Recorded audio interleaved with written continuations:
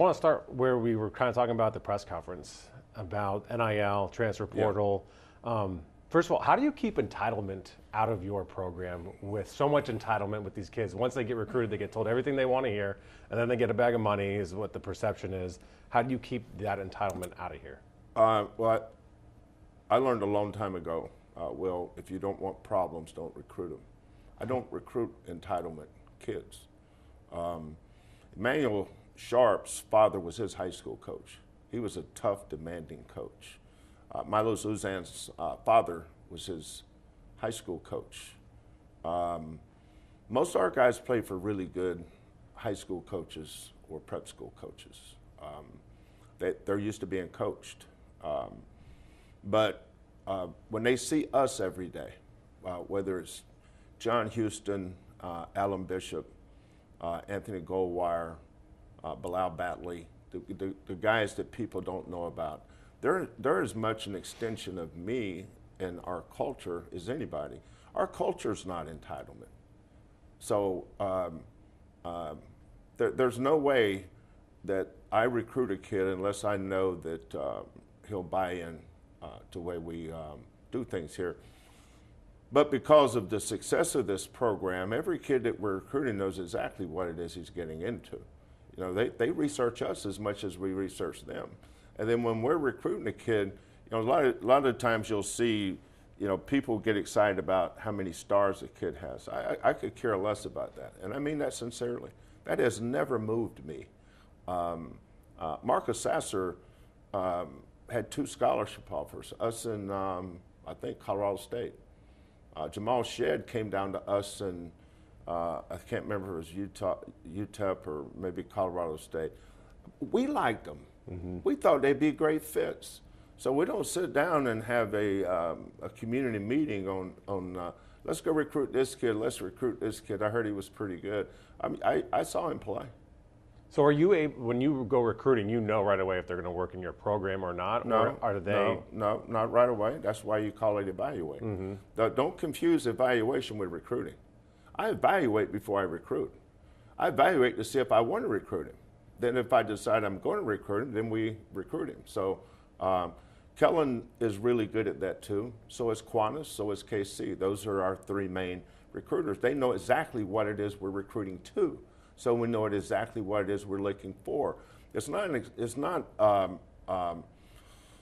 a coincidence that over the 10 years we've been here, and our top 10 players, only 3 have transferred.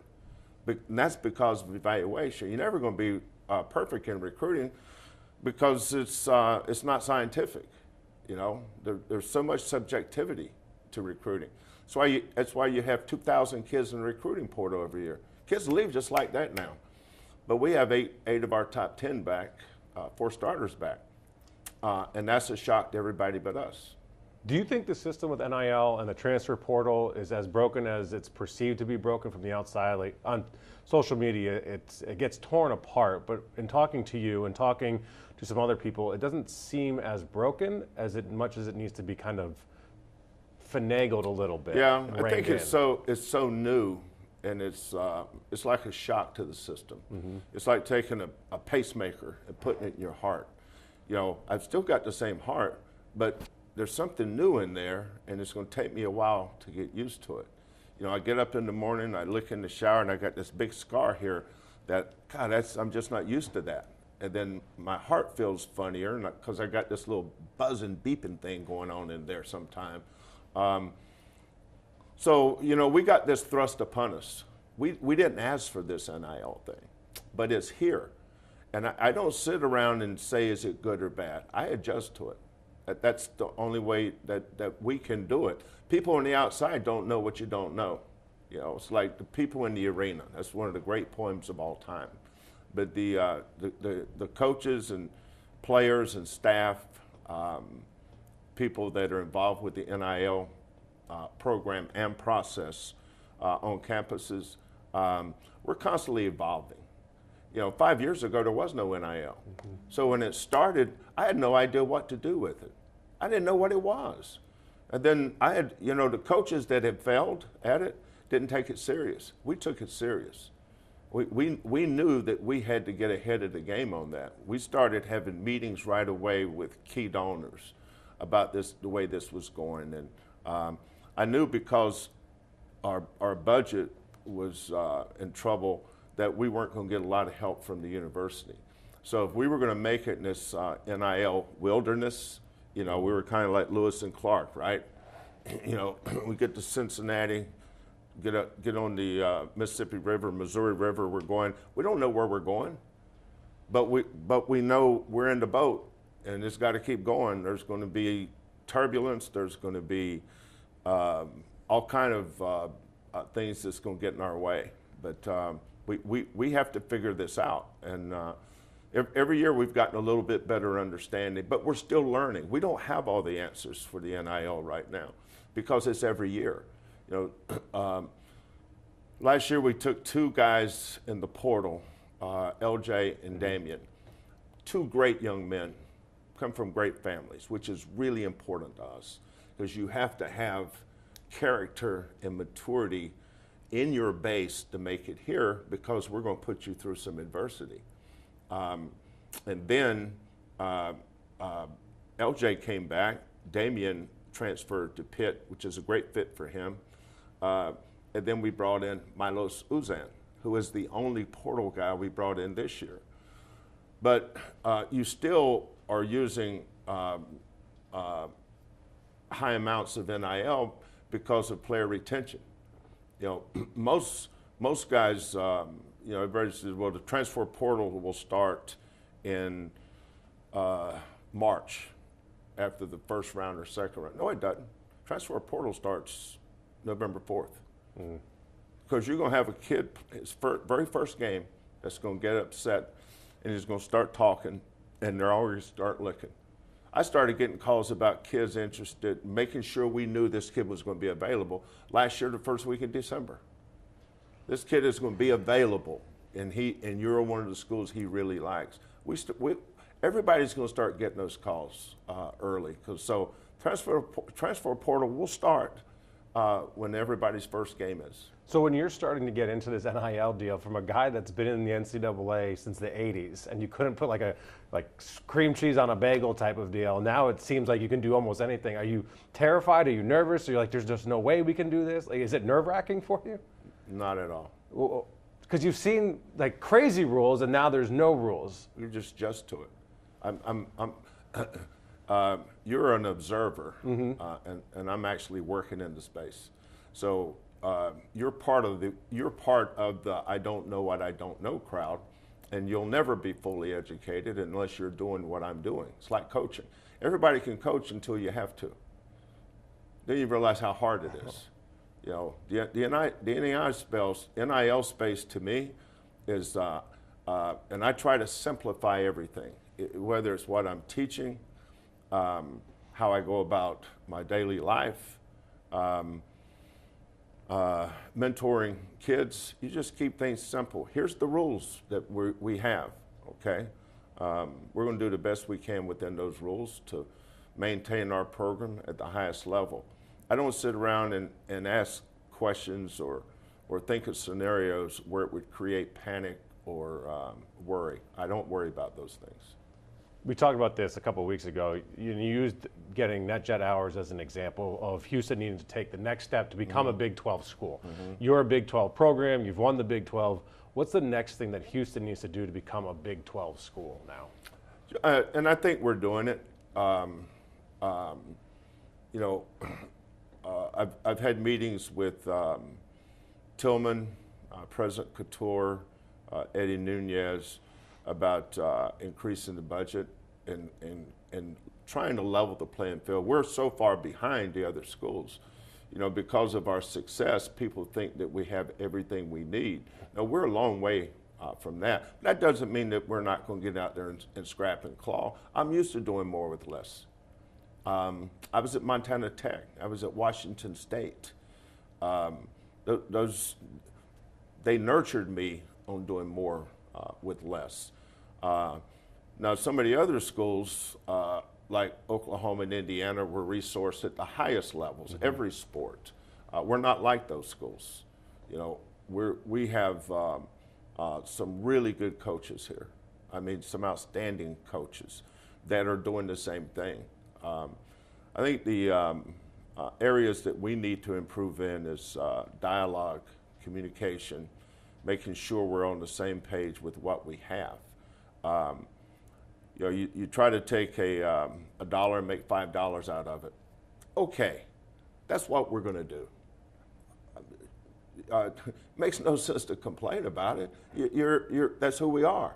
You know, we're a long way from being a Big 12 athletic department, but we're working toward that.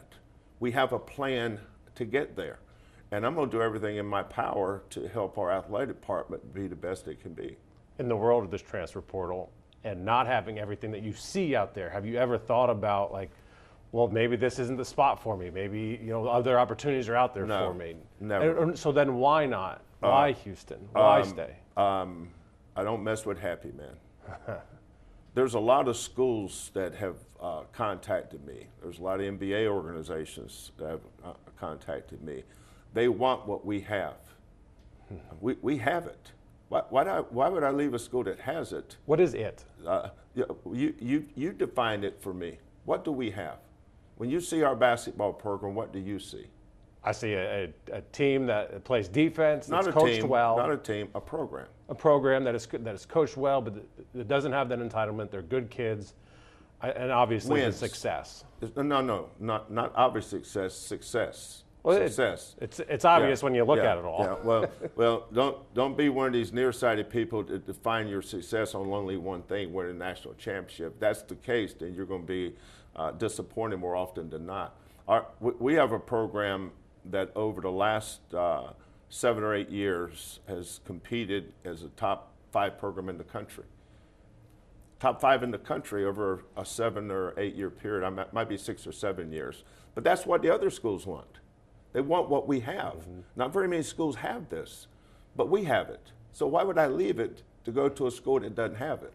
I like what we have going here. Is it perfect? Of course not. But my wife, my 2 children, Kellen and Lauren, my 2 grandkids, everybody in our program is either a former manager or former player or has some connection to me where I don't have to look at a resume or take a phone call and people tell me who's going to be good for us. You don't know who's going to be good for me. That's why when I hire a manager, I'm evaluating him every day. And then they move from here to the NBA. I got guys with the Sacramento Kings, Toronto Raptors, San Antonio Spurs that started as managers here. We moved into administrative level positions. They learned leadership and they moved on. So that's what our program is here. I'm not giving that to somebody else. I'm not turning that over to somebody else. To me, the best program in the country for Kelvin Sampson is the University of Houston. And that's why I love the city. I love the upward trajectory of our program. We're not done growing. If that was the case, if I thought that we had reached the highest level, then I would either retire or move on somewhere else. But we're still growing here. That's why last summer we had a $6 million renovation of our 2nd floor, which is our players' floor. 3rd floor is coaches and organizational stuff. 1st floor is player development. Weight room, training room, and basketball development center floor. Not practice facility, development center. This is where we develop our student athletes on this 1st floor. So you should always be trying to figure out how you can get better. And I remember telling Mac and Hunter this when I first got here, is that every 5 years we need to renovate. We need to see what's on the cutting edge. What is the best programs in the country doing? Those are the people I'm trying to catch. The other people, they sit with their head in the sand, hoping they don't have to do something more because we don't have the resources, whether we have the resources or not. And it's been obvious to me that the athletic department can only do certain things for us, so we have to go outsource. We've got great donors that have gone out of their way to help me independent of anybody else. So just because you get a no here or we can't here, okay, what are we going to do, just accept losing? No, you go find somebody else that can help you. And that's what we've done. Our success is not just because of us. It's because a lot of people have sacrificed and helped us. And I so desperately want to call out their names right now, but you can. But I'll miss somebody and I don't want to upset anybody. But just say this: there's people outside the athletic department that has had a major impact on our success, and I so appreciate that. We couldn't be here without them. You touched on something there that was actually one of my questions, is to evaluate a program, whether it has a national championship or not, you'd be remiss and you would miss so much of the success that's truly happening to make these boys become men in society. Yeah. How much does a national championship drive you? Does it drive you? Has it ever driven you? Well, I think all the young coaches, when you get in, you're a little naive, you're a little blissful, if you will. That's what you want to do one day. I used to go to all the Final Fours when I was a young coach. A lot of times I'd go by myself because we didn't have money. My first 2 years at Washington State, my first contract was 2 years for $82,000. That's $41,000 a year.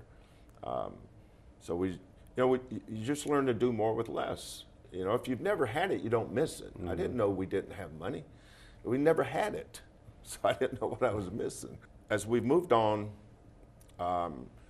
you get to a place in your career where you realize that there's so many things outside your control. You know, I used to say we're all a sprained ankle away from mediocrity. Sometimes you're a sprained ankle away from a national championship too. I thought in 2002 we had the best team in the country, and we had an injury. Fluke injury. Has nothing to do with anything other than sometimes a guy runs a red light. You know, just.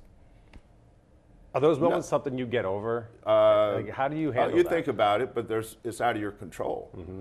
You know, and I've learned not to worry about things out of my control. I mean, I see every day where there's fatalities that, you know, a plane crashed and something fell down and burned the house down. You know, how do you explain that?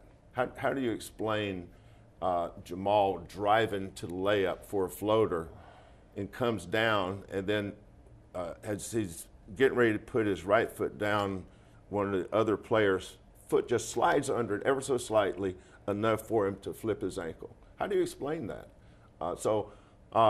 Even though I'm disappointed at the moment, I don't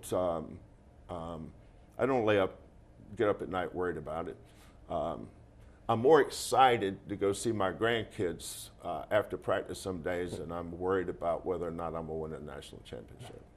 How have you seen either college athletics change over the last 40 some odd years since you've been coaching, the kid that you're coaching change? What have you seen change the most over the course of your career?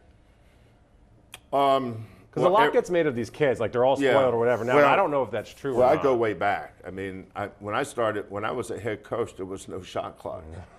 There was no three-point line. I mean, I go way back. I was a head coach when I was 25 years old. So that's, I'm not sure you understand the depth of the question you're asking me. So the game has completely changed. I remember no shot clock. I remember the 45-second shot clock. Then I remember the 35-second shot clock.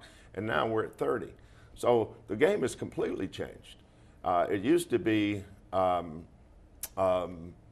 everything, you had to pass the ball 5 times before you take a shot. God forbid the three-point line. No, that's a bad shot. Now every shot seems like it's a three-point shot. So the game has changed immensely. But the one thing I've noticed, though, Will, is kids want to be coached. They do. They do. And I think our program's a great example. I have great young men. They have great parents. Elvin and Lisa Shedd, Fabian and Audra White, here I go naming a bunch of guys. I still get chills when I get out of the blue text. I got it out of blue text the other day from Reggie Cheney's mom, Dejan Giroux's mother. Dejon Giroux texted me this morning. I mean, I hear from the former players, but the relationships that we build within here develop into friendships. And we just got a commitment from a kid whose father played major college basketball. And he said, I wish I could have had the relationship with my head coach that your kids have with you.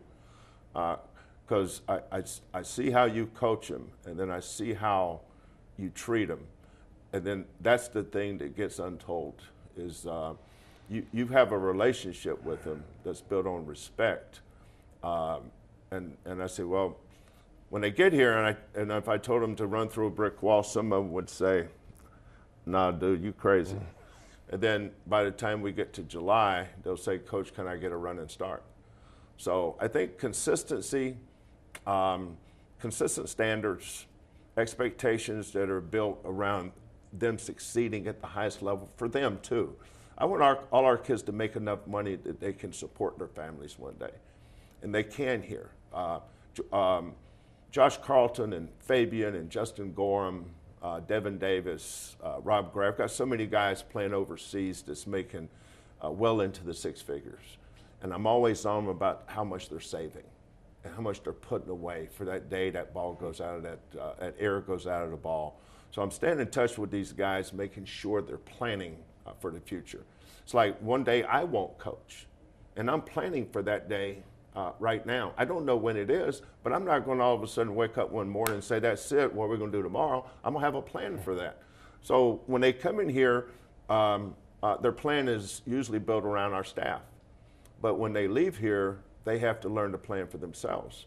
And as coaches, you're constantly teaching and preparing them for those moments. How do you assess your future, like year after year? Do you do it after every single season? Like, do you still have that fire? Do you still have the want, the desire? Like, how do you personally go about that? Yeah, I haven't evaluated any of that yet because I haven't thought about it.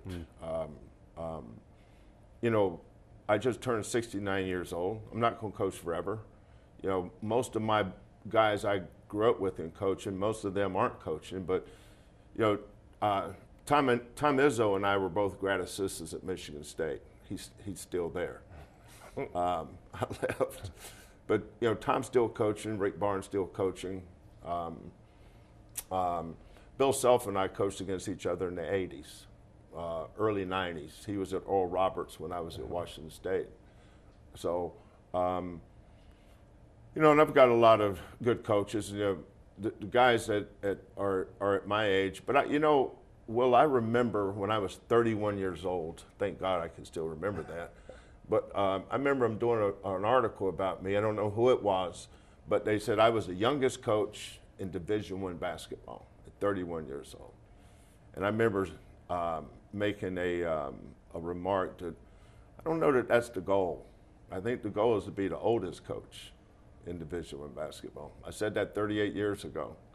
Well, 38 years later, I'm still doing it, but I still have a passion for helping people. You know, when you say you're doing it so you can win a national championship, that is so far beyond the way I think. That's so selfish in my eyes. I'd like the University of Houston to win a national championship more than I would like me. You know, I'll be gone one day, but that would remain forever for the University of Houston, and we have some great fans here. Walking into that Fertitta Center every night has been one of the thrills of my career. That place gets lit. I think back to the old days. You know, people forget we played 19 games at Texas Southern. We're 19-0, by the way. But we played 19 games over there, and most of the time that gym was empty. Nobody came to see us play. Our first 2 or 3 years, way more empty seats than seats that were filled. So there's generations of kids, though. You know, Fabian White went to 4 straight NCAA tournaments. Jaywan's gone to 4. Every kid that's been here the last 6, 7 years have gone. Every year is a success. So there's a generation of students that are coming along that don't remember when we were losing. Our fans do, though. And those are the fans I want to win a national championship for, more so for them than me. I don't need a national championship to find anything for me.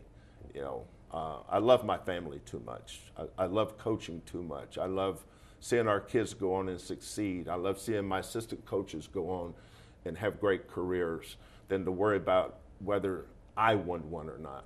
But you know, this school has great pride. We have great fans. We have a great fan base, and you know, it's been a thrill of a lifetime for me to coach here at the University of Houston. Is there a shot or a moment or a game or anything that you just can never shake or always remember, good or bad?